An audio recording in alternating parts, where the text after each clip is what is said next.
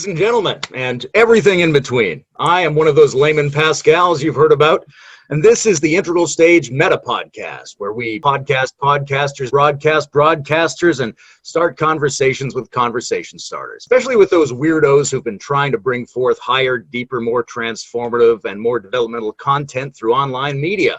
Who are they? What are they trying to do? How do they see the world? And how can we help them do even more, whatever they're doing? Here to help me think through all that today is my new best friend, the OG Integral podcaster, Jeff Mad Dog Salzman. Hey, everybody. Let's get out of the way where people can find your podcast online and what the mission statement or thematic orientation of that work is. Yeah, it's called The Daily Evolver, and it is at thedailyevolver.com. And I produce, 3 or 4 episodes a month, I'd say. And the byline used to be an integral view of culture and politics. And I've since changed it to a post-progressive view of culture and politics because I wanted something that was a little less, in the integral ghetto, if you will. I want to be self-explaining, and I've been working with Steve McIntosh and some of these ideas of post-progressivism.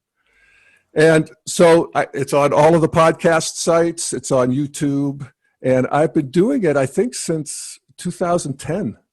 And so I have quite an archives, and what fun. You've been doing it for the entire history of my involvement with the integral movement. Is that right? You're a classic part of that, as far as I'm concerned. Oh, for heaven's sakes. That's so good to hear. Now, didn't you come to a couple of the integral events that we hosted here at Boulder? And haven't I met you, or have I just heard your name through the... I'm not sure. Yeah, I'm not either. Got a feeling. You seem a little too familiar for me not to have met you, but I can't place me actually meeting you. Well... It's good to be with you now. The post-progressive thing is interesting to me. How closely tied do you see the Daily Evolver project and the Institute for Cultural Evolution project? Pretty close. I mean, Steve and I, it's funny, we live next door. There's actually one house between us, but this is a complete coincidence. And, and Ken Wilber lives in Denver, and he used to live 5 miles from here. So it's just a strange thing because, just to rewind a little bit, I found Integral back in the, I think, mid-'80s with Up From Eden, which is a book I just found on a shelf at a bookstore and took it home. It made everything make sense, even the word Up From Eden, were sort of an integral blast. It's really underappreciated volume, I think. Yeah. It's a great, great book by Ken Wilber. And it just changed my life. So all of a sudden, I don't have this idea that we've fallen from paradise, but we're rising from Eden. But I had no idea that Ken lived anywhere near me. I had nobody to talk to. I was one of those lonely integralists all by myself. And little did I know that Steve McIntosh lived. I lived in another neighborhood at the time, but I moved here and lived here for several years before I knew that he was here. So it does feel a little bit karmic or cosmic or one of those words. And I have, I've been a good buddy to Steve for a long time and he to me. And so we advise each other and we've really come to think alike in many ways. And I think we already did. So when he started the Institute for Cultural Evolution, he asked me if I'd be on the board. I am on the board. I 100% approve of his work. We bat ideas around all the time.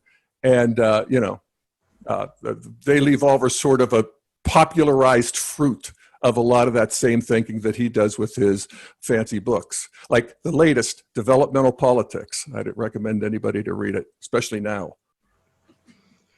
So as I understand it, part of their project is to attempt to cultivate a transpartisan ethos. Is that something, that you're consciously involved in when you talk to people and do interviews? Are you working on trying to create that same sort of values blending experience where multiple sides of the same experience can sort of cross-fertilize each other? Yeah. At this point, I feel like, well, it may be just because I'm bored to tears with the liberal catechism that I'm just not finding much new there. I do think that there's a continued sensitivity as we grow into continue to grow into healthier and healthier green, as we also grow into unhealthier green in many ways. But for the most part, what's interesting to me are people on the right criticizing people on the right, people on the left criticizing people on the left, black people criticizing black people, white people criticizing white people. I want to hear people who are turning against the the company line, because I think that's where the juice is. And I also think that that's where, if just using basic developmental theory, that's kind of what next, if indeed integral is the next stage of human history, and it is some integration of the best of postmodern, modern, and pre-modern, to use a general term, but traditional values, so that we have this new thing. And we can't do that by just right fighting with each other. And damn, it's tiresome. So that's what I'm trying to do. An emergent coalition of people who have turned against or at least critiqued their own team. That's where the action is. Yeah, totally. At the same time, one of the things I think about a lot is what does the postmodern, progressive, or pluralistic band need to incorporate from modern and pre-modern in order to be a balanced, healthy version of itself that can evolve into that next thing?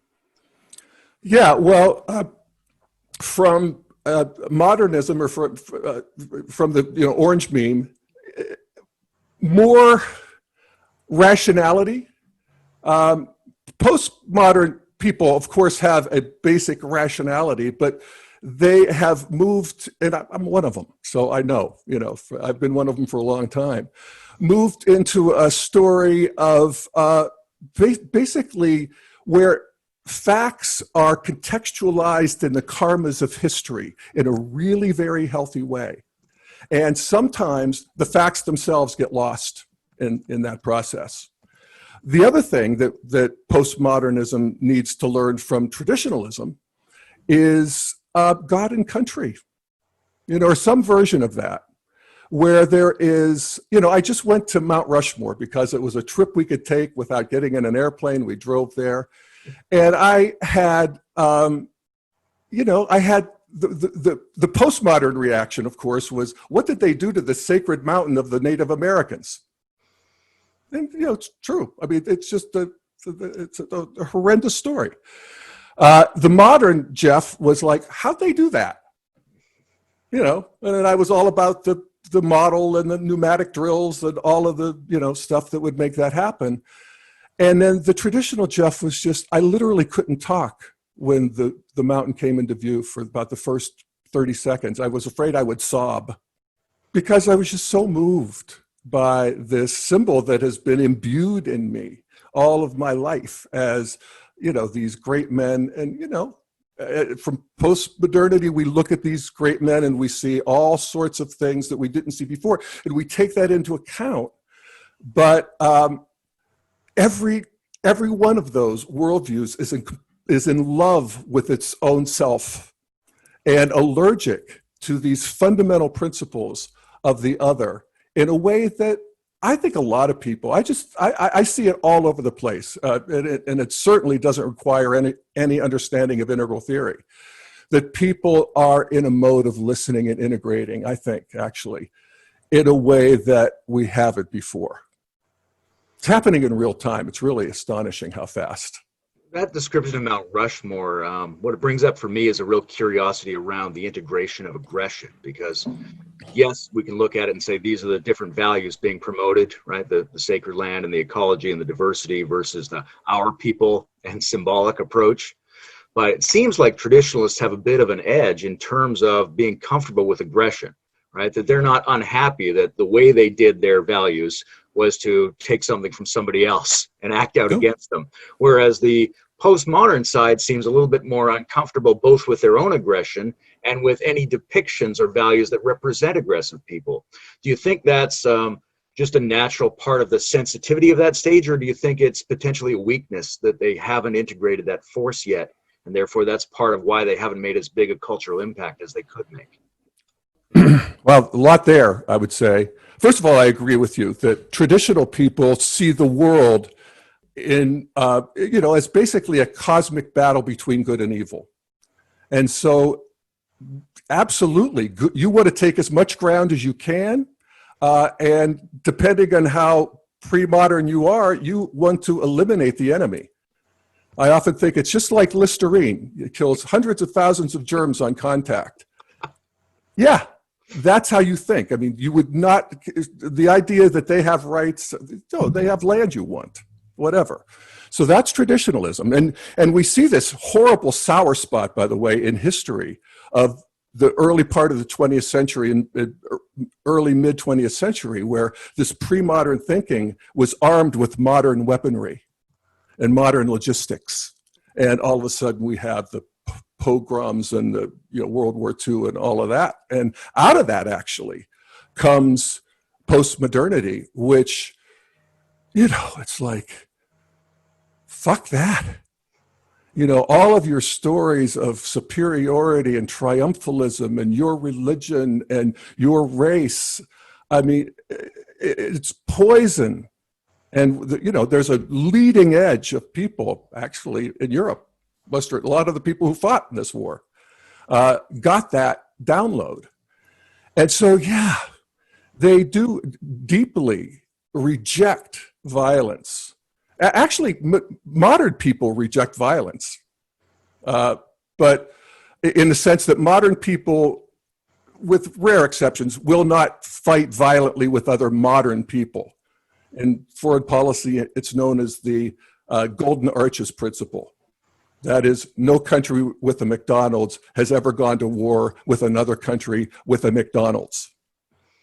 I think there's a couple exceptions, but the rules, it's a good rule. Modern people will fight with pre-modern people because pre-modern people are truly dangerous. And, we're figuring out how to contain them and help them move. And this is one of the big, this is what's happening on the planet, is people who have reached modern and postmodern consciousness are looking and seeing that there are countries, cultures, subcultures within their cultures that are, they're just garden variety, red, traditional, warrior, they're doing their thing. There's nothing particularly evil or bad about it, except that it's violent and it doesn't fit into the modern system. And they don't want to fit into the modern system. And I can see why they don't want to fit into the modern system, because the modern system disenchants the world. They don't want that. That's terrific, and I agree with most of that. I want to pivot a little bit to some more personal stuff, because you were talking about how the slogan of the show has changed recently, and you sort of described yourself as a person capable of getting bored with a value system that you're embedded in and looking for something more. And also within integral theory, there's this sense of these, ongoing developmental stage options. So what's changed for you in the last 10 years? Have you evolved? When you look back on you from 2010, what did he not see that you see now? Wow, yeah. I think it's almost like the Google map, Layman. It's like I see a deeper, more textured resolution of the system, so that I've learned a lot of what a lot of people have learned, actually. And that is that modern countries can't go in and make pre-modern countries become modern. Okay, so Afghanistan, Iraq, these countries we can help them, we can nurture them, we can be whatever we can do to sort of support a healthy expression of the natural evolution of these cultures. But we can't impose that. I didn't know that. I don't think I knew that. I know that now. That people on the right actually have a piece of the truth that is not only important to a new integration that is, I think, next, but the postmodern people are blind to it and have allergies to it, and that these people, the Trumpsters, that is what I just said a minute ago. That I get what they see that they've lost. And it even maybe to flip back a little bit to how you were talking about postmodern people don't fight, and is that a weakness that they don't can't fight the way they do it traditional and pre-modern. And that's true, of course, for all the reasons we talked about. But what's also true is that in terms of the culture war, postmodern people, we liberals, really have no idea to the degree that we've won it at the expense of people who are still at the God and country stage, and that they deeply resent it. I get that now in a way that I didn't before. I just thought it's the natural way of things, you know. I mean, you lose your religion. I mean, come on. So I think that, and I definitely have become not only more friendly and receptive. At this point, I guess I'm an influencer, you know, I mean, the sort of classic definition, but I'm actually more interested in being the influenced, you know. And so I loved going up to South Dakota and stopping in at the Trump shop and, you know, talking to the people there and seeing, you know, we joke that perhaps we should tell them about the Biden-Harris ticket. I mean, it's just ridiculous. They have zero interest or capacity to see or understand that, but they're living in a beautiful world of their own. I mean, I grew up in it, so I get it from that perspective too.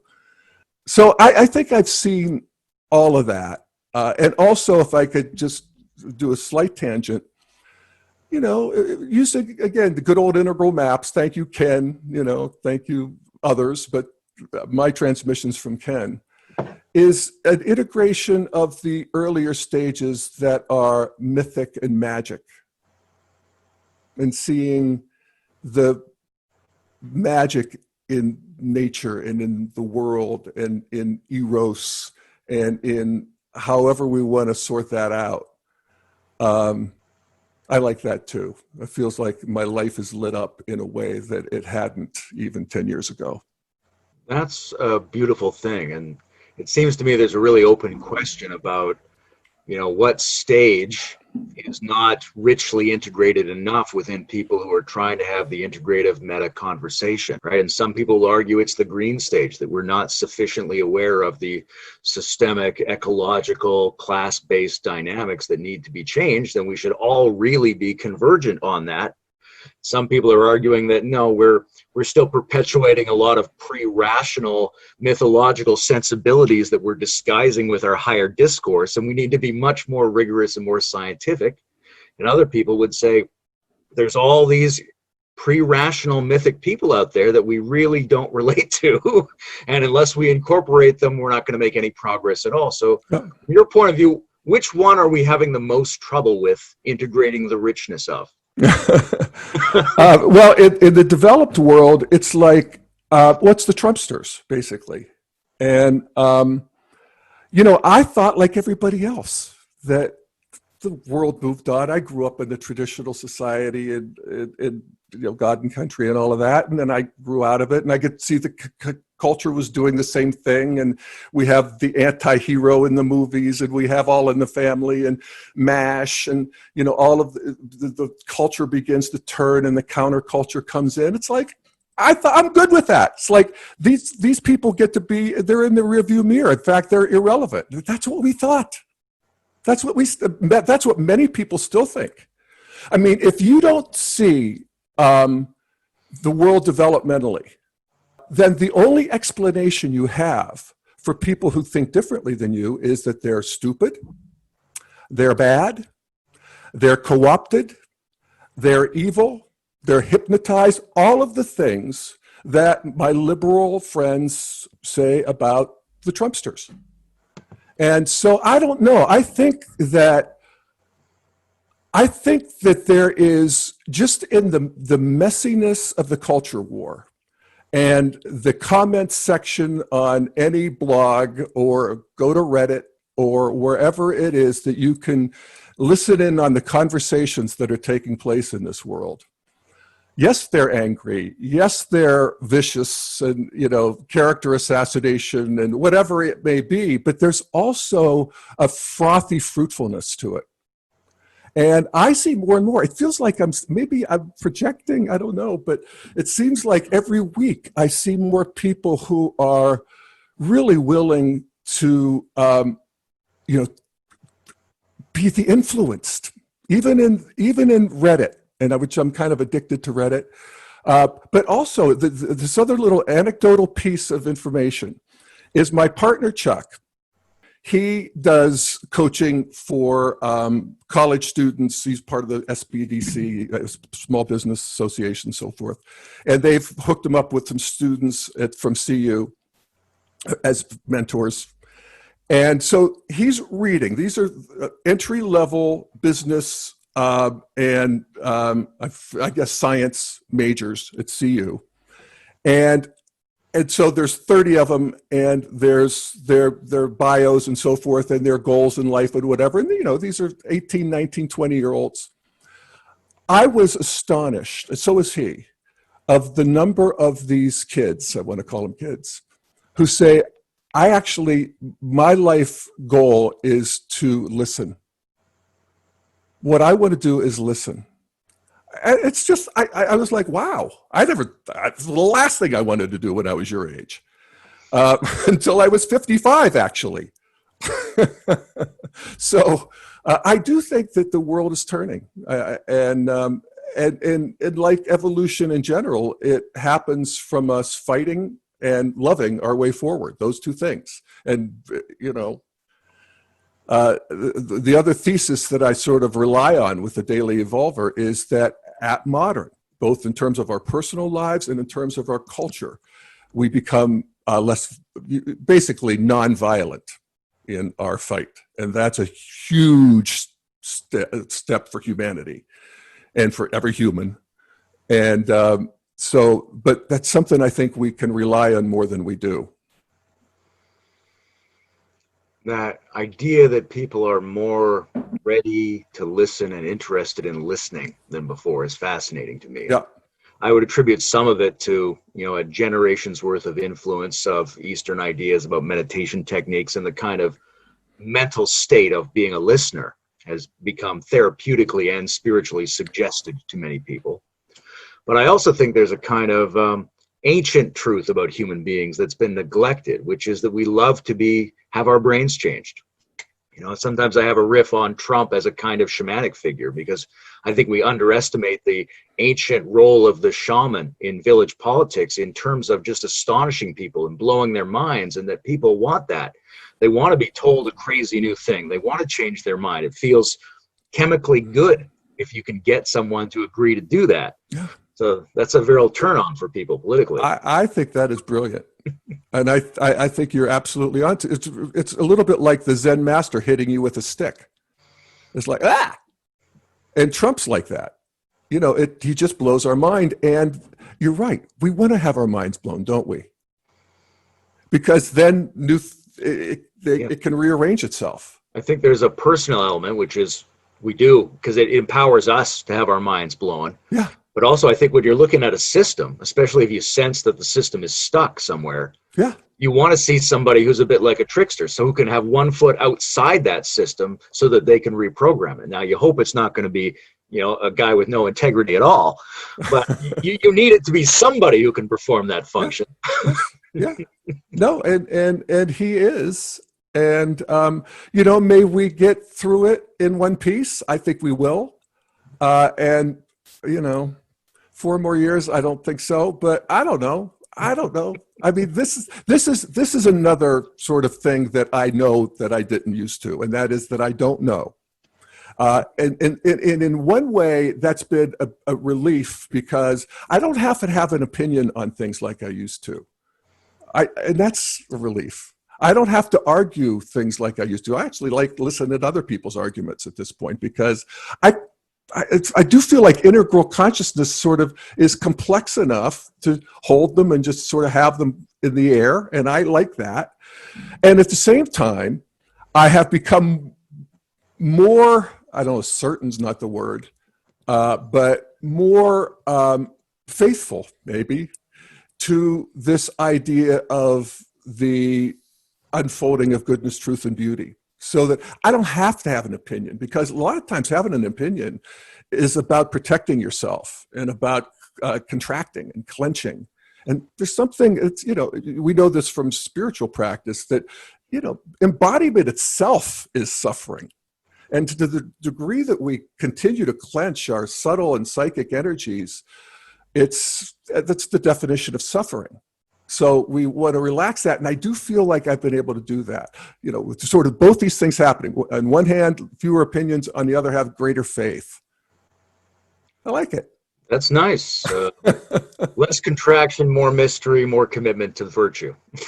Yeah, exactly. And I have to say, Layman, that if you want to know how I've evolved most recently, yeah, I would say it's about in the hour before we talked here this morning, when I read your piece in Integral World about, and I can't say I understood it particularly well, but I love how you write, and I love how you play with these sort of mind-blowing concepts. But it did open me up, or help me understand how a system could throw off spirit without it being too woo-woo.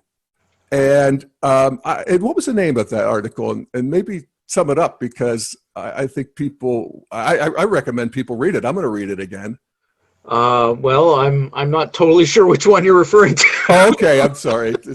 I just Googled you, and there it was. But it was, well, I've closed it since then. But it's on Integral World, and yeah, it made me. It shook in a good way my ideas about God, which I don't really have a whole lot of ideas about God, except that I feel seen and loved by him, her, or it. And does that mean that he, she, or it exists ontologically? I don't know. There's several different interesting ways for me to hold that. It's actually, Steve and I have talked about that over the years, integral theism. Right? Yes. I feel like there's two different ways you can go at it. One is to think of everything, which you could put in first, second, or third person. So you could have a second person relationship to the void or the everything, which is good. But that doesn't quite bring in the classic thing that people want from the God idea, which is a kind of directionality, kind of moral imperative. Right? So I think if we think of the universe as having a convergent telos of some kind, where it feeds back on itself, then that thing that brings everything together has a certain first, second, and third person aspect to it. That's more what I would think of as being God. Sort of built into the causal syntax of reality.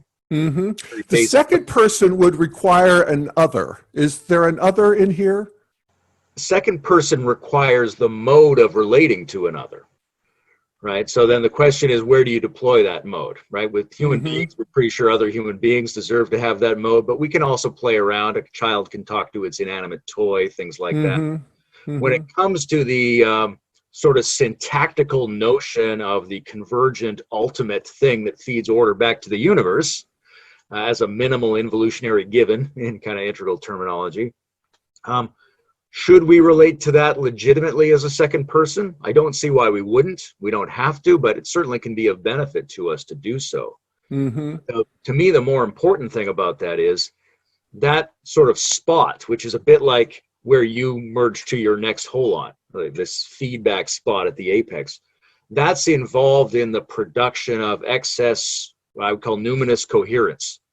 So whether it's a population of people religiously or an individual spiritually, if you bring all of your parts together in balance, you create an extra quality. I think that extra quality sort of relays off that God point, but you get this extra experience, and you could relate to that first, second, or third person. And I think it's really useful, just looking at human history, to relate to it as a second person. Right? Whether we think of it legitimately as another entity or not, if you talk to it, it gets closer to you, is my own experience. And certainly but does it talk back? You hear things and you're not sure whether they're yours or its. Yeah, fair enough. I mean, I think that's exactly where I'm at. The same question about another human being. Am I really sure there's a you in there? Yeah, but I am, though. You know. Yeah. I know you're just a bunch of pixels, Layman, but I'll take your word for it. Yeah, yeah, really. Okay, well, you asked, so you blew my mind, this morning a little bit, and I love that. I love it, so. I appreciate that. And Yeah. I love it too. It's one of my highest aspirations is to regularly have my mind blown in a certain way. Yeah. Right. Right Um, on. let's see. I got a lot more political questions. I didn't know Yeah, we were let's going do to go it. this far into political. Um, let me ask you what you think about this. To what degree do you think it's valid to say that the orange system of institutions, professionals, game players, and gameplay is good because it's a better step than war, but strategic game players who set up institutions and who are the major beneficiaries of the system they've set up, to what degree do you think they play conservatives and progressives off against each other and take over the rhetoric of both groups and use it in a kind of agentic strategic fashion that isn't quite authentic? Well, I would argue, I would say they absolutely do that. I'm not sure it's not authentic, though. Ah, You know, I'm not sure. It's like, yeah, just to use that's this morning. perspective based. Is who from whose perspective is it Yeah, authentic? yeah, exactly. You know, I mean, one of the things we say about our political enemies is they're inauthentic. And I think everybody is to some degree, so I'm not going to rule that out. But just to use this morning's example. So Trump denies saying this horrible thing about soldiers who die being losers and suckers having to go to Vietnam and whatever he is alleged to have said. And do I believe he said that? I'd give it a 7.3 out of 10. I don't know for sure, but sounds like something he could say. So, you know, again, I don't have to have an opinion, but I could sort of play the odds. But then as part of his speech, he talks about how the military loves him. And he makes this distinction between the soldiers love him, but the brass doesn't necessarily, and the Pentagon doesn't necessarily love them because they're in love with their the money and the war machine and the war contractors, and it's a classic leftist argument. It's coming out. And this morning on Morning Joe, which is our sort of opposition morning news show, MSNBC, Joe Scarborough, they're like outraged. And all the guests are, how outraged are you about Trump saying this about the generals and the brass? So it actually gets to exactly what you're talking about, that there is it's the military industrial complex that Dwight Eisenhower talked about and warned us about, that there is a system of, the modern system that makes the world go round. And yes, some people are in the war business. And when you're getting economic benefit from something, it's really easy for all the cards of morality and why this is the way the world should work to fall into place. Because that's so nice and neat and tidy. So I get to have my money and I get to have my system. And it's sort of that whole critique that Green has of the white privilege and, systemic racism. There's a way in which when the cards are lining up for us, we become blind to the fact that, so it's not necessarily inauthentic. I think these people think they're doing the right thing. I think they think they're doing a good job. I think they, it's like karma in general, that after a while, NATO and this organization and these other multinationals and just the way things are done and all the contracts and the overconnections and all of the things you're talking about a minute ago take on a life force of their own. And I was like, this morning, I was like chalking one up for Trump because I thought that was it's absolutely worth mentioning. And it does counter this mindless, logy, unexamined ways that we do things that are often costly and not moving the ball.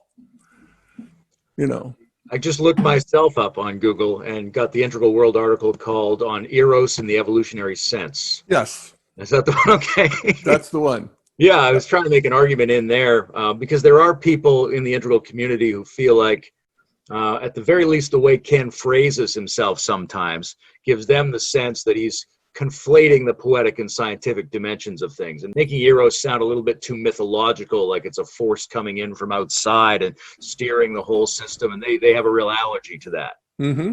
but it's not too difficult to phrase those things in a way that's much more amenable to the contemporary scientific mind, and take Yeah. out a lot of the mythic feeling, Yeah. but still maintain telos, directionality, a slant to the universe, even a place for bioenergy and things like that.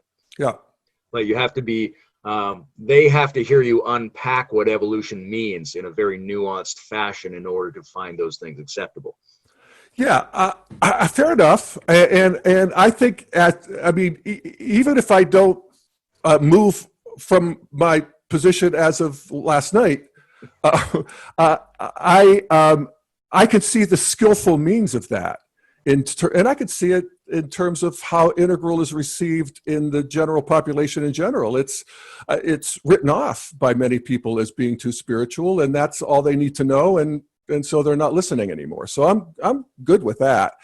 The just one correction, I guess, is that Ken doesn't talk about spirit as coming from the outside. It's not an outside force; it's built in. That's right. Now, I'm speaking to the effect his phraseology has. I understand, and I'm speaking to that too, but also the reality of, why not? Why isn't there a loving intelligence built in to also every proton? I think communicatively flexible, right? When his own interview series with people, you hear him speak very differently and emphasize and dial in different parts when he talks to different people in different moods. Yeah, I think that's important for people to keep in mind.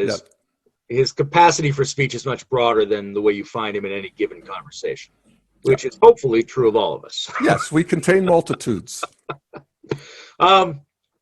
Over these 10 years of talking to people, what I want to ask, who have been your favorite guests? Which of the conversations where you felt the most authentic and afterwards had that satsang feeling, Yeah. Well, one would be Dr. Keith Witt. And I have a series with him we call The Shrink and the Pundit.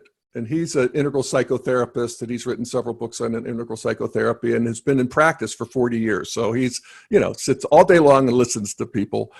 And he's just, integral, like it does in really any domain of life, just brings so much more explanatory power, allows you to have so much more online. And he does. And so he and I have had an ongoing conversation, I don't know, 4 or 5 years, where we do what I talked about a few minutes ago, and that is we be influenced by each other. And we really do. And we learn from each other. And him on the political side, because it's like we just did the last one we did together, it's like it came out of a letter he wrote me, an email, where he said, so I sit here all day long, and I'm taking both people's perspectives, and it's a couple, or I'm looking at this and I'm looking at that, and I'm having to see each other and explain one to the other their terms and all of the good stuff that we do as psychotherapists. But when it comes to me in the political arena, I just want to kill the motherfuckers, and I don't want to do that. I don't feel like that's the highest way to go here. And so we talked about that. And it's rare that you find somebody who really just is willing to listen, I guess, again, where they're undefended. Right. And so Keith would have to be probably number one in there. And then in terms of just who I learned from, in terms of integral theory and the history of it and the application of it, it's Steve McIntosh. I mean, again, I can't believe my luck that he's next door, but I have to say that what a good, in Buddhism, Kalyana Metta, a spiritual friend, that we walk the path together, and I so appreciate that. Well, speaking of spiritual friend, which is a term that came into my mind from Chogyam Trungpa, he was attracted to Colorado. Tesla was out there. The integral thing's out there. You and Steve and Ken. What is it about Colorado that's drawing people to that landscape? Yeah, I don't know. And specifically Boulder, because that's where Ken was originally. I don't know. It's a college town. It got the first influx of hippies. It's got this great natural beauty. It's a brainy town. It's not your hearty town. It's a brainy town. A lot of scientists, a lot of eggheads. So I just think there's this extra susceptibility to integral among eggheads. And intelligence and naturalism. yeah, exactly. Okay. Yeah. Yeah, but it is a wonderful, lovely coincidence, and or something like that. And we had the Integral Center here. We did all these seminars and had all these gatherings that I think really did provide the first booster of the rocket of Integral that continues and is, seeding itself all over the place. I mean, I see more and more people actually who are, in the Integral scene in terms of podcasting and consulting and coaching and all of that sort of thing, and just communicating, Facebook, all that. But then also just integral consciousness in general among people who have no idea about integral theory. Yeah, here's a question that's not possible to answer, but I'm going to ask it anyway. Do you think there's more people who are conversant in integral theory but who aren't really integral, or are there more people who are integral but don't know the theory? The second one. Yeah. I'll tell you, I think it's a quote from Rilke, where he said that considering the chasms that divide us, it's amazing we can communicate at all. And so here I am in the integral world with talking to the most sophisticated people who really understand, first of all, a lot about everything, but also they're into integral. So they get the maps and they're all, and one's nuttier than the next. I mean, the shit that even the smartest people I know believe, and me too, I guess. I mean, I have to turn that back in myself at some point, which is a fruitful exercise, practice. Yeah, where am I full of shit? So there's a lot of people in the integral scene who, God bless us all. We have this sort of cognitive move where we want to start embracing systems and systems of systems and not just one perspective anymore. Unclench around. That's just a natural thing. And so a lot of people are doing that, and they have just all kinds of crazy ass ideas. And so I don't know what to say. I mean, this is more the evidence of the frothy edge of evolution in general. Just evolution is, as I often say, beautiful, but not pretty.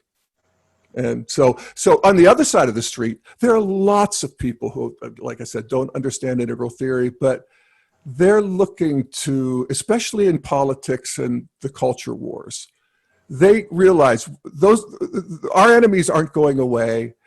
They're not really just going to be relegated to the rear view mirror.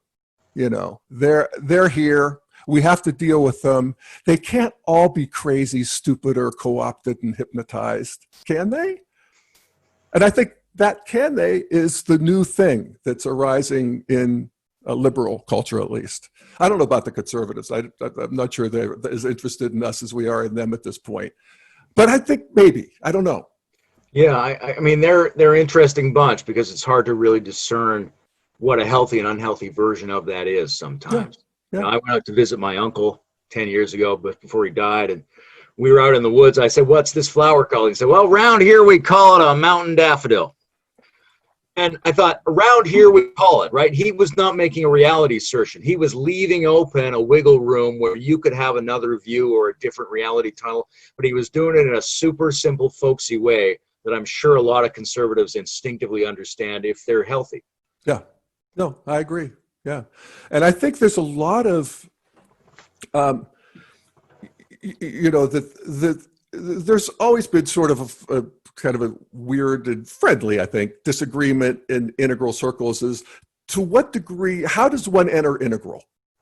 To what degree do you have to have gone green in order to move into integral? Or can you enter integral from a more conservative direction and, be sort of healthy orange traditional and move into integral? And I think that in our culture these days, where we are, the egg beater is just, everything is on the table. That adequately green, almost, maybe 20% aren't in developed culture. I'll think the States. 20% aren't adequately green in the sense that they they're not racist. Green's definition of racist and Blue's definition of racist are two different things, but still, just a reasonable sort of definition. They're not. They want everybody to succeed. They want their daughters to have opportunities. They're adequately green. And so there's a lot of integral that's just sort of, it's nascent, it's silent, but it's, I think, ready, especially after the shaman of Trump. I like that. Maybe for another pop. Evolution's funny. We'll see. It's really interesting to me to think about the integral potential of what we call first-tier stages. Because there's I don't know that there's one correct integral meta theory, right? I think there's a lot of variables, and a good integral theory is one that combines a lot of those variables. And there's different ways to do that. One way to do that is to say there's this first tier, and then you keep going to a second tier in roughly the same direction. You've crossed this, you make this jump. Another way is to say that second tier is something like a perpendicular direction, where you could go up towards integration at any stage. And there's something like both of those phenomena going on. But I think it's really important to appreciate that there's more healthy, more integrated, more integral ready versions of each of the stages. Yeah, no, I agree. And I think this is another thing I've come to understand that I didn't before, is that integral really has a lot of integration of red, purple, and beige, if you will, these earlier stages. And that Trump is assisting in that as well, because we're seeing somebody who just doesn't have any shame about the unabashed use of power. And that's there. It's not like he invented it. It's not like it wasn't there. But our modern sensibility, it's sort of papered over it. And that's good to see. And then we have, the rap music and heavy metal and the video games and all of the sort of violence culture that a lot of it's red. It's out there, bling and bitches and, all of that kind of stuff, and death and torment. But that's a part of humanity that needs to come online in a healthy way. There's that perpendicular thing where it needs to come online so that integral just isn't soulless. The sort of the inner core needs to get relit up of the human, and we're doing that. We're doing that in spades culturally. Fortunately, not through force and arms, but only on pixels and digits. And I just think it's astonishing to watch. It's really interesting. In a way, it's very comforting to see tribal warfare take the form of internet exchanges. Yes. Right? To me, it's like the way that tribal warfare was captured into team sports. Yes. That's a much better version. Nobody dies. Or Right. very few people die. Very few people die, Layman. Everyone's a tragedy. But So, yeah. I'd like to explore what you think a good conversation is, especially at this kind of meta level that we're discussing, because there's different approaches, right? I could say, I just want to see where this conversation is going. And what I'm going to emphasize in myself is curiosity about the last thing you said, so we can just follow wherever it goes. Mm-hmm. Or I could try to stick to curiosities and thoughts I had, thinking about you and preparing for this. Mm-hmm. Or I could say, well, I got this integral map, which describes a lot of facets of reality. I should probe as many of them as possible. I make sure I ask about all of his chakras. How's his diet? What's his sex life? How do I get a full spectrum picture of this guy? There's a lot of different approaches. What's your take on how you get a good integral level conversation? Yeah, that's great. I don't always, I'd say that, but it's so precious to me. I mean, when I think back, and I mentioned it earlier, when I was a lonely integralist with my Ken Wilber books. And I gave them to my friends and you got to read this. And oh my God. And I couldn't have a decent conversation with any of them. And finally, I found an integral coach. It was actually Bert Parley, who you may know. And I hired Bert to basically be my friend. And I would pay him to talk to me. And we did it by phone. This was back in whenever it was. And so, an integral conversation is a wonderful thing.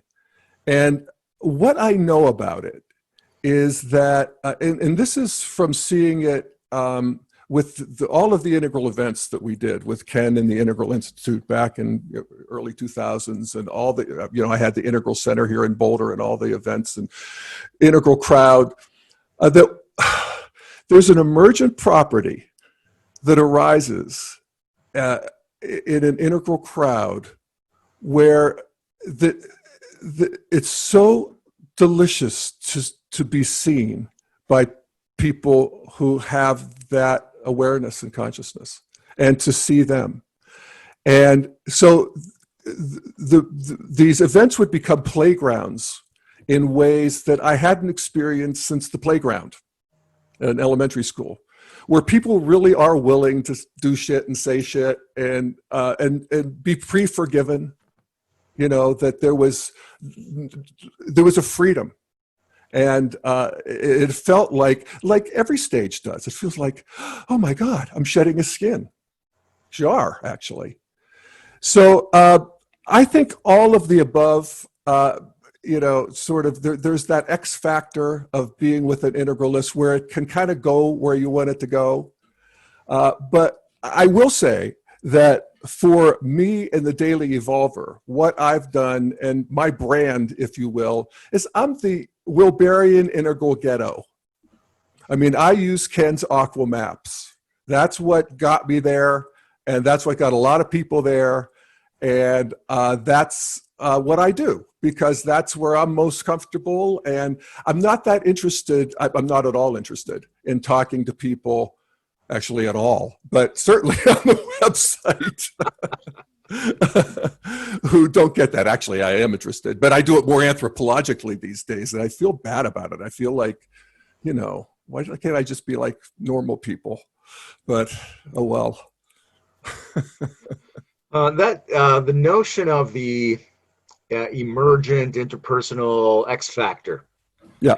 Comes out, gives you this, like, I know this very well, and you get this feeling, it's delicious, it's sweet, it's like you've got honey and roses in your soul. And I'm hoping that people at all different stages get that when they have a good exchange at their level. Yes. And that I can think about it. So that's my first person experience. I can go, well, maybe it's a kind of energy that was exchanged, or how did the mechanism work? But then, like I was saying earlier, there's also this second person opportunity, right? And I think that's where any stage gets its religiosity. You say, this thing's emerged amongst us. What's it like? If it was a person, what would it be like? Could I talk to it? Could I have some kind of intelligence exchange with it that I might even just be imaginatively symbolizing to myself as talking with it? But can it become a real player? And I think that's fascinating, because looking at the next 1,000 years, is there an integral religiosity or an integral interpersonal spiritual coherence that brings something extra into the world that we all collectively acknowledge in the way that traditional cultures collectively acknowledge their religiosity, even if we don't do it in the same kind of mythological style? No, we don't have to. I mean, we can do it in a rational style as we explain the universe and see the unfolding of goodness, truth, and beauty. I mean, we're having this conversation. You're having a cup of coffee. What the fuck? 13 billion years ago, and I don't know if that's exactly right, but something continues to arise out of nothing. More continues to arise out of less. If there isn't a religion in there somewhere, I don't know what we're doing here. And that we can actually not only see it in the world and in the cosmos, we can see it in ourselves, in our own lives. Of religion, what do you think is the biggest popular misconception about Tibetan Buddhism? that they dance around the fire drinking blood out of a skull. I knew it. They're Satanists. No, there's lots of just the ignorant one. It's just that they're woo-woo, that they're nuts, that they're, I moved to Boulder back in whatever it was, 1978. Trumpa was here, and he had his whole Tibetan thing going here, and Naropa was being founded, and he had Allen Ginsberg and the disembodied poetic society or whatever. It was he was a big thing going on in Boulder. And I worked at a deli, and Naropa was upstairs. And so his people would come down. I don't recall ever meeting Trumpa myself, to my eternal horror, but his people would come down, and he'd always get a pastrami sandwich, and they'd say, "It's for the Rinpoche." So you got to put extra, make it really good. And I did. But I just thought they were weirdos. I was a young punk from Western Pennsylvania, very, unsophisticated in that way, even though I was drawn here. I really was. So I think that's how a lot of people see it.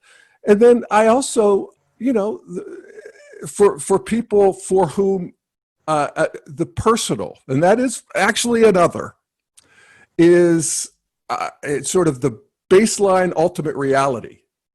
Then of course, the critique is that Tibetan Buddhism has, explained they're dissolved out all the way, and that's not ultimate reality. And that's actually, I think, two angels on my shoulder, actually. Ken, on one hand, has more of that emptiness is ultimate reality thing, and McIntosh has more of the God is ultimate reality thing going.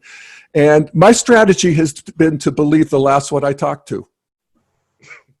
So, but I think I think that a religion, it's a bit like what you said, Layman. I'm not sure you don't explain too much away for my tastes, but we're going to check it out, because maybe not.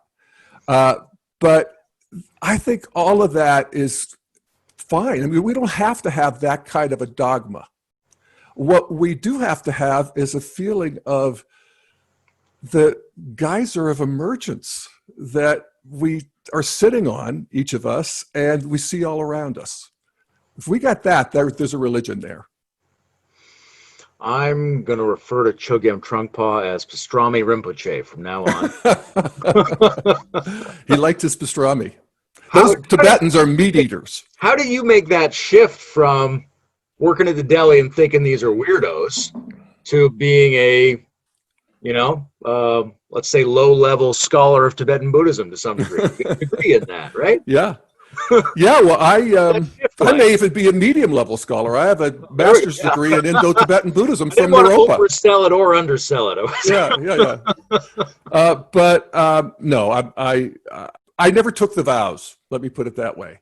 I practiced. I just came to it. I started by I had a religious experience that ended my atheism. It's a little bit of a story, and I've told it, but I finished the book, The Road Less Traveled by M. Scott Peck, which was a big book back in those days. 13 years on New York Times bestseller list, very influential book. And I actually got to meet him and work with him too. He's another one. But at any rate, after I finished that book, which is basically a rational apologetic for the existence of God, for rationalists. Then I finished the book, I put it away, and I woke up the next morning to the sound of bells ringing in my childhood church, and I was raised Christian.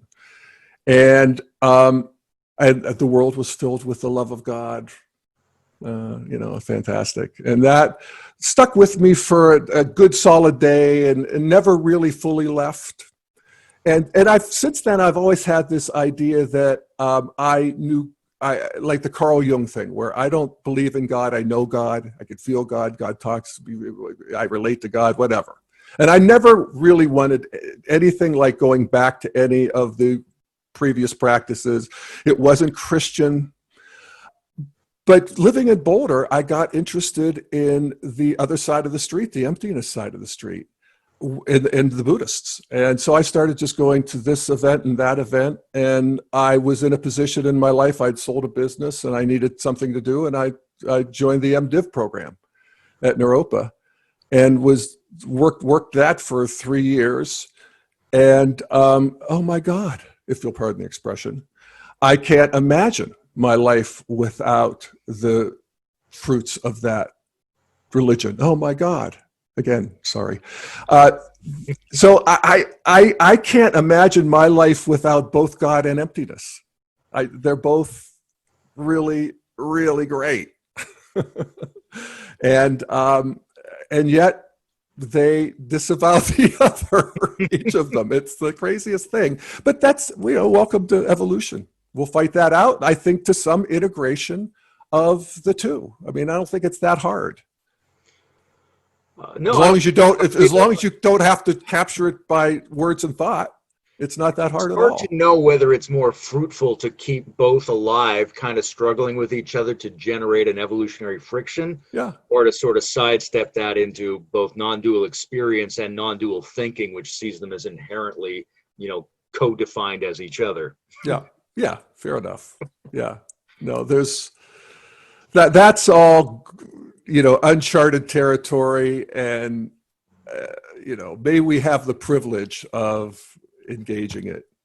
Well, here's an interesting question, grateful. Because it has to do with the the froth and the urge and the generative movement of evolution. Do you put that more on the emptiness side or more on the God side? Well, I think God's evolving. So, if you really want to push me to the wall, I do. I think God's evolving. I think that spirit was seeded into the universe like matter was, and that it's evolving. And yet, I don't rule out, my friends who are, some of them come from the Urantia book, some of them are Christian, one of them's Mormon. They have these idea of other beings and angels and seraphims and other dimensions of reality. What Sean Esbjorn Hargens is doing with the aliens and the trans-dimensional beings, and I don't rule any of that out. I don't have any experience with them except for this, which is, the most basic of practices in a way to me. I invented this. And that is, I ask them for guidance. So I assume that I sort of see this Senate of Romans, and they're in their robes and whatever, sort of, I don't know. And I say, so what should I do about this? And I want your guidance. And I always get it. And it's not like you can't get it if you ask for a Mercedes-Benz, but you can get guidance. And I do. And so that's how, so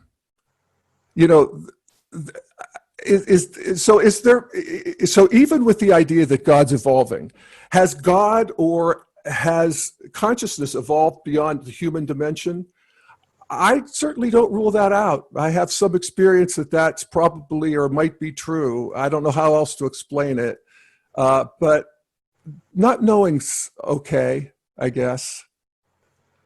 It's an interesting question when it comes to whether or not human consciousness is the leading edge. Yeah. A lot of it has to do with how unique is this planet, How would we know? One of the first evolutionary models I ever saw was Timothy Leary's model of these different evolutionary neurogenetic stages being activated. But he was of the assumption that this has happened many times on many planets. So that it's not just going forward here, it's already completed many more stages than we've completed in many more worlds than we've seen. Yeah. No, I think that's, it sort of has to be true unless the Earth is something tremendously special. And apparently it isn't. I don't know. But I do think, because I think also know, there's a new book out on it, that the universe will end. This universe will end in either a bang or a whimper. And so what's that all about? And, again, when I think about God evolving, I think we will have evolved to where we contain the whole thing anyway. We're aware of the whole thing, and we're ready for a new adventure, and to roll the dice again, or something like that. And maybe multiverses, who knows? There's a number of pluralisms coming forward in what you're saying, right? Oh, good. You talked about this Roman Senate, and I immediately thought, oh, he's communicating with at least an imaginal plurality, which is either ancient and pagan or very progressive. Right. Yeah. But same thing with the multiverse, right? Are we thinking about a God and a universe and an evolutionary trajectory, a great being, or are we thinking of a host of some kind? Mm-hmm. Yeah. No, I don't know. Do you have thoughts on that? I mean, part of me goes to a really refined philosophical point right away, which is you can't think one without the other, right? Mm-hmm. The concept of one is meaningless unless it's touching the concept of many, and vice versa. Yes. So you always have to think of a one-many, but that's so arcane and non-dual when it comes to speech that most people don't want to hear that part. Right.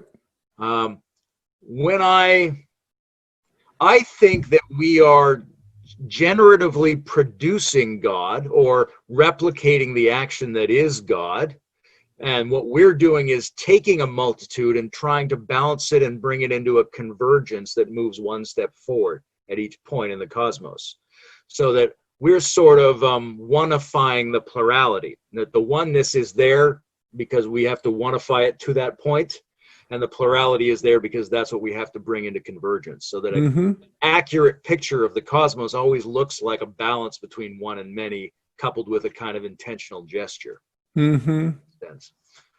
Yeah, right on. That's well said.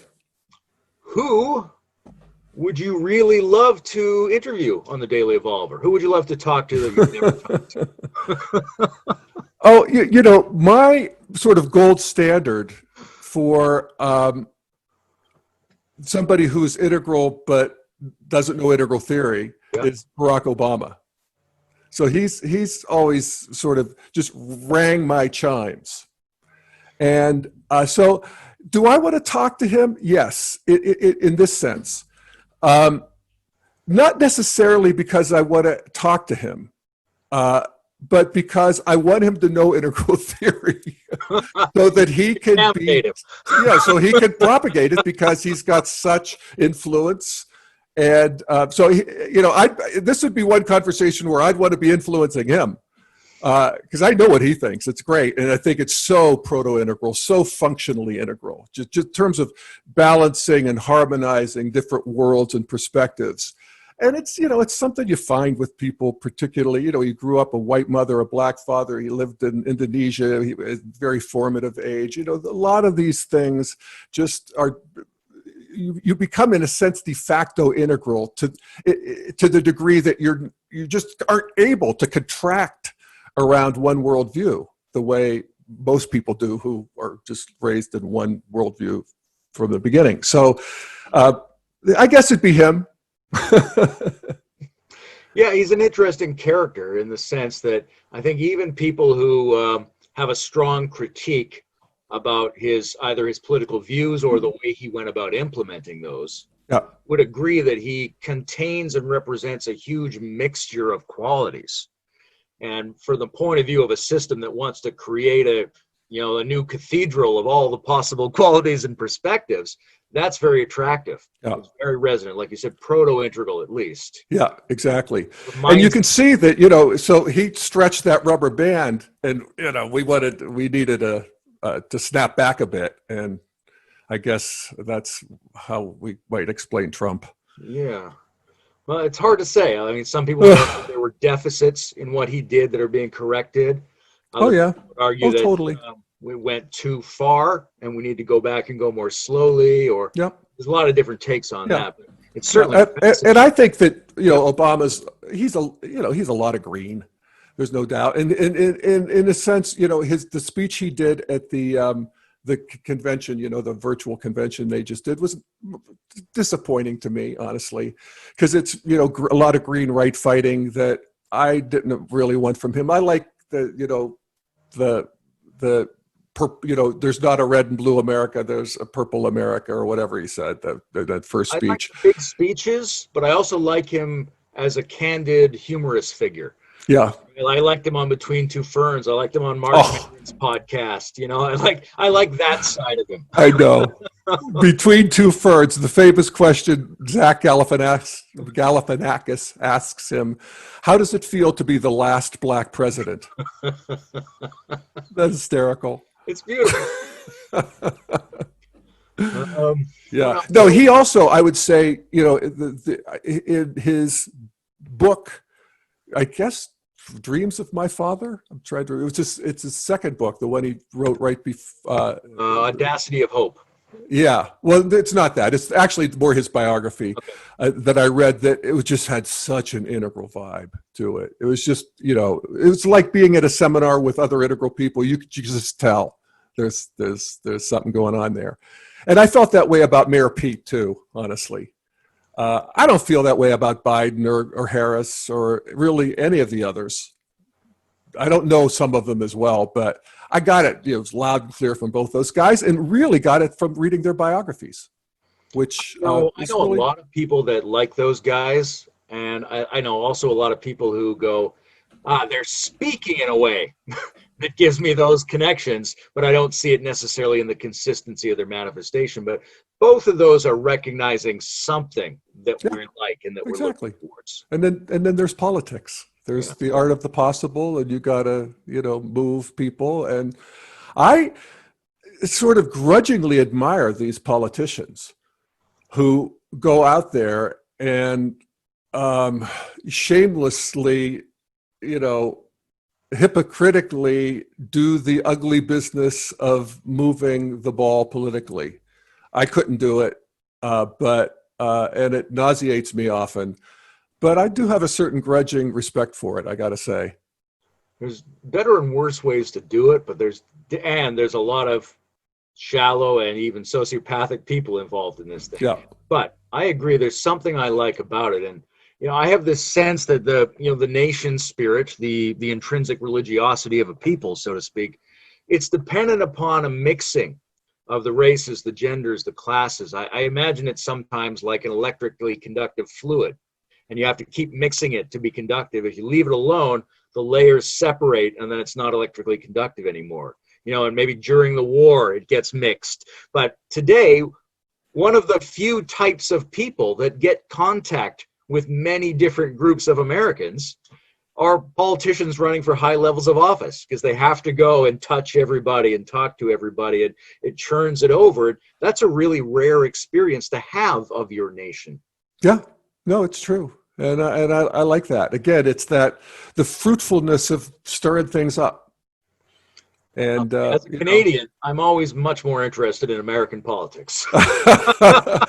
Hey, so there you are. You're in an island off Vancouver, am I right? I'm sorry, I've moved to Ontario since then. Oh, okay. I see. I mostly grew up off the coast of BC.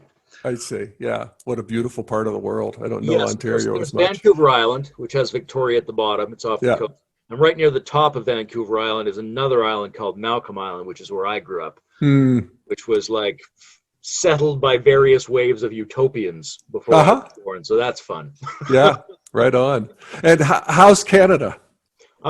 Big question, I know, but it's pretty relaxed. I mean, our COVID response has been pretty smooth. We're reasonably well-intentioned, laid-back people in general. I've personally found the not traveling thing a little bit difficult. We, like you did, we drove to the next region recently. Right. Basically, it's kind of quiet. It's always kind of quiet, but it's more quiet than usual for the last 6 months. Well, so you got American politics. Yeah, exactly. That's the fire we warm our hands on. Aye. Well, happy to help. But it's also the dangerous thing for Canadians, right? We've always patted ourselves on the heads for being better than Americans, but that limits our development, right? Yeah. If our medical system is just a little bit better than the American system, we're not setting our standards very high. Exactly. Yeah. Well, 2 cheers for the culture war. Absolutely. Yeah. A thing I thought to ask you about was, what do you see that a good conversation and a good meditation have in common? That you're in the moment. Yeah. That you're really right there. And this is one of the things that I loved about the chaplain training at Naropa was, to sit at the bedside of a sick person and to, like with a windshield wiper, just continue to clean away whatever's arising in terms of what you're thinking, what you should do, or what they need or whatever. And to just be there and see how the light's hitting their face and feel the presence and the subtle energies. It's a fantastic thing, and that's sort of flow in general. I mean, I can do that with my garden too, where I'll lose 2 hours. It's like, where'd that 2 hours go? Because I was in flow with the moment, and we do that with people, and just, there's nothing like it. There's just nothing like it. I was having a conversation. I don't know if you know Zach Schlosser, but he and I were having a conversation yesterday. He was very concerned about, in his own mind, the difference between what he thinks of as indigenous practices and what he was calling a kind of Buddhist practice, which he meant more formal, more self-aware, more precise, things like that. So when you're talking about flow states, like, what's the better flow state? The one where you're just in it and you don't think anything of it, or the one where you are attentive to the quality of the flow state and try to be an active, conscious participant in that? Yeah, well, yeah, the second, in the sense that you want to be there while it's happening. But that's, of course, in meditation, is the kiss of death. So it's until you get to the point where you actually are aware of attending to the flow of the moment. And that's, I've had tastes of that more in real life than in meditation, I have to say.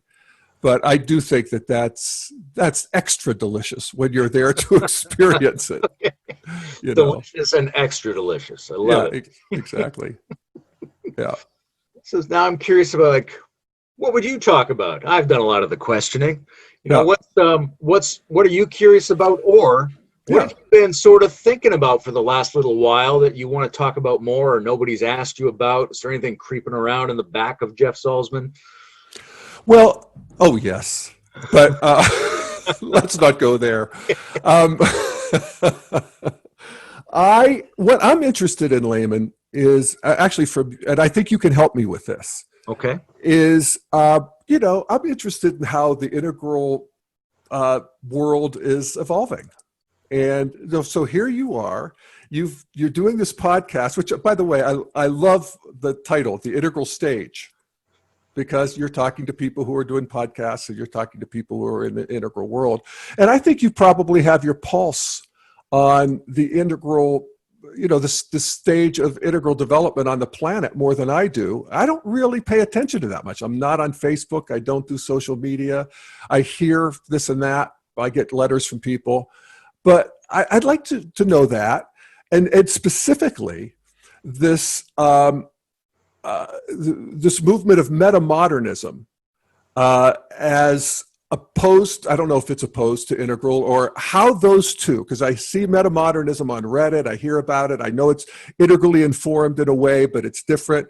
I'm confused about all that. Set me straight here. Okay.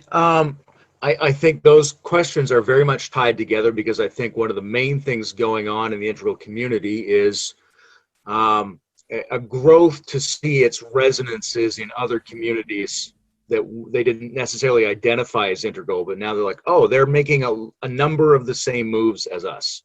So there's a meta integral community, and a lot of people are just trying to feel out how that's going to work. What do we dial up? What do we dial down? How do we speak to each other? How much of a purist should we be? How open-minded should we be? That kind of stuff. What would be the ticket to entry to the metamodern? Is it evolution of culture? I think one of these groups that everybody's looking at is the Metamodern group, and I'm editing the Metamodern Reader, so I'm involved with them. And I think what they're doing is emphasizing the lower right quadrant as opposed to emphasizing the upper left, right? Some people can criticize the integral community and say, you focus too much on spirituality, subjectivity, and therapy over the years. We're going to dial that down, and we're going to dial up politics, economics, critique, systemics, things like that. But what they have in common is a notion of a benevolent possibility of development, which includes these different cultural operating systems. Right, so they have archaic, pre-modern, modern, and postmodern, and how do we bring that together? How do we use what works from all of them? And they also have this part of wherever it looks like there's common opposites, we need to balance those out or make a hybrid somehow. So I think they're very hallelujah. That's good enough for me. Absolutely, yeah. And I can, they don't want to talk too much about spiritual practice. That's fine. I got lots of places I can talk about that. Yeah, yeah. So what's going on with the metamodern? You're doing the metamodern reader, you say? Yeah. So there's I got hooked into this thing last year or 2 years ago or whenever it was. They're trying to make a good anthology of people who are leading edge voices in that field. A number of whom are also integral voices, or what Benita Roy calls the integral diaspora. Yes. As well as a lot of European people involved in that. So it's got a kind of transatlantic flavor that integral has, but it maybe isn't so much in the foreground with integral. Mm-hmm. Who are the thought leaders? What should I look at if I wanted to know more about it? Well, these books by Hansi Freenacht, right? Uh-huh. If you read for the recent one, he's got a new one now, but the most recent one is called The Nordic Ideology. It's a really good, if you read through it, it's absolutely chock full of things you'll recognize as integral themes, but with a strong focus on sociology. And I think the danger is to go, hey, this is just integral and they're not acknowledging that, or hey, this is just integral and they're leaving out some chunks. I think if we can put that aside and go, hey, this is pretty integral. This is a very integral style approach to these topics. Then you can get a lot out of that. And I think there's some real serious sociological, economic, and political thinkers in that movement. Cool. Is there a place where they talk, or I assume there's Facebook groups or whatever? There's an email list. There's so many people in it. I never check it now. Yeah. That's good. That's a good problem. There's, things, they try to set up things like the Emerge podcast. A lot of them are connected now to Perspectiva Press in England. Mm-hmm. But there's particular people to check in on, right? Hansi Freenacht is one of them. Brent Cooper is a very powerful intellect in that area, even though he's often at odds with the other people in the community. Mm-hmm. Okay. Yeah, you poke around. If you poke into any of those areas, you'll find leads to a couple other areas. There's also a pretty good metamodern site on Reddit that somebody's managing. Same with Integral, same with Game B. Same with what Brent Weinstein was calling the fourth frontier, and is now feeding into his Unity 2020 political thing that he's working on. Yeah, I saw that. All these zones that are our cousins. Yes. And if we want to move forward with the maximum amount of coherence and internal richness and capacity to change the world, we need a tent that includes all of our cousins, I think. Yes. Hallelujah. That sounds fantastic. Yeah, that's helpful, and I'm encouraged by that.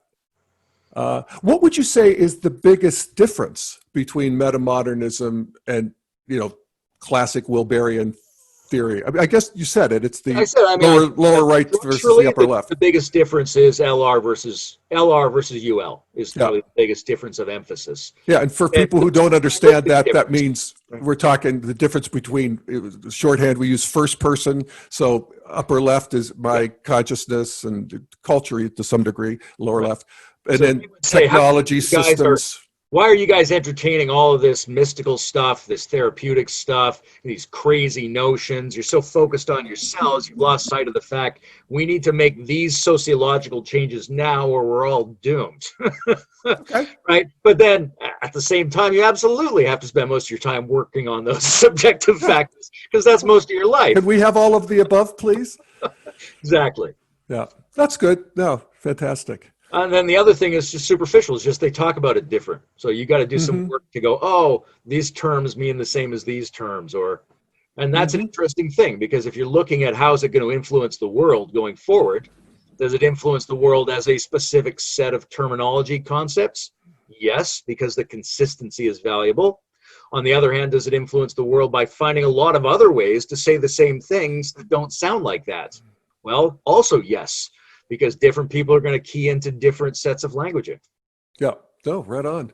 What would you say is the, I don't know, percentage of people in maybe Canada, the developed world, the planet as a whole, who are thinking in these terms?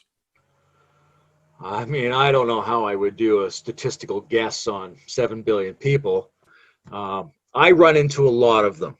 Do And I you? run into a lot of them in certain areas. I don't know if there's a lot of them in other areas, and I don't know the degree to which I'm biased in terms of who I run into, because I run into the people that I like. Yeah, yeah. But I would say it's, if we take it in a very general sense of like who's integrally ready, it's a much higher number than who's really integral. And that could be, I wouldn't say 1.5% was an extreme guess. Mm-hmm. I think we're, somewhere around 2% integrally Mm-hmm. ready, I think. If you Yeah, could get to them and make them feel secure and show them the ideas in a language they understood, I think that many people would agree. And yeah. that's a lot of people. It's a lot of people. Yeah, I think that's a reasonably good guess. And it's a bit about why I changed the tagline of the Daily Evolver to post-progressive instead of integral, because I want to attract people who they know there's something beyond progressive. They're tired of just that, and that's a far bigger funnel than people who self-identify as integral. That's for sure. Yeah, it's useful, but there's also a real limitation to self-identification, right? It's like, and that's one of the problems if you're going to say apply a test to see what stage someone's at, because that also involves how good are they at the specific skill of knowing where they're at, and how good are they at saying that and self-identifying as it. Because if you're not good at recognizing yourself and saying your values, then you're going to show up wrong on a values chart. Yeah. Well, it's like me with Up From Eden. I mean, I just had a confused mind about all kinds of things that I didn't understand. And then Up From Eden sort of crystallized it. It was just a new thing came online. And that's I had no explanation for it. I would not have known that the day before that happened, but then it did. And that's a lot of what, I worked with Ken up close for 3 years. People would come visit him all the time, and I was there. And inevitably, not always, but 90% of the time, the first part of the conversation would be some version of, I knew it. You said it. You made it come together for me, but I knew it. And that was, people were always so grateful to Ken for, making that catalytic thing happen for them. That, reminds me of my own experience, which is the first thing I ever read. Might have been Quantum Questions, but it might have been just a collected number of essays by him in a little volume. But I think I was in my later teens. I read it and I thought, of course. And then I moved on. Yeah. And it wasn't until maybe 10 years later that I was desperately hungry to talk to people about it. And I thought, all right, I got to go back to that place and master that language so that I can see if these are my people. Mm-hmm. Yeah. And what'd you find? I found that a large percentage of them were. Yeah. Hallelujah. So what are you doing now, Layman? You're doing the podcast, and what's your life? Well, it's hard to say because we're sort of in the pandemic reset mode, or where in that process are we? Before that, I was doing what I've been doing for a few years, of running a business and being a public lecturer, teaching yoga and meditation classes, writing things, and I'm not doing hardly any of those things now. I'm doing yard work and podcasting. Yeah, me too. Me too. Which is nice. I mean, if this could Yeah. keep going, that would be great, but who knows what's going to happen. I know. The weirdness level's building up in the world. I know. It's true. Yeah. Yeah, I'm looking out the window at a snowstorm, and this is Tuesday morning, and Sunday it was 97 degrees. So, Yeah. So I've moved out here. So in BC, there's at least on the coast, there's really no seasons, you know. The Yeah. trees are blossoming in December 21st. Oh, I remember. I But mean, I went to Cortez Island. Ontario looks like the calendar, you know. The leaves are red in fall and it's white in the winter. Yes. So Yes. that's where I am now, and it's really erratic. That's when I check with people who've lived here a long time. The only consistent feedback is everything's unreliable now. There aren't any seasons anymore. Yeah. Same here. All right.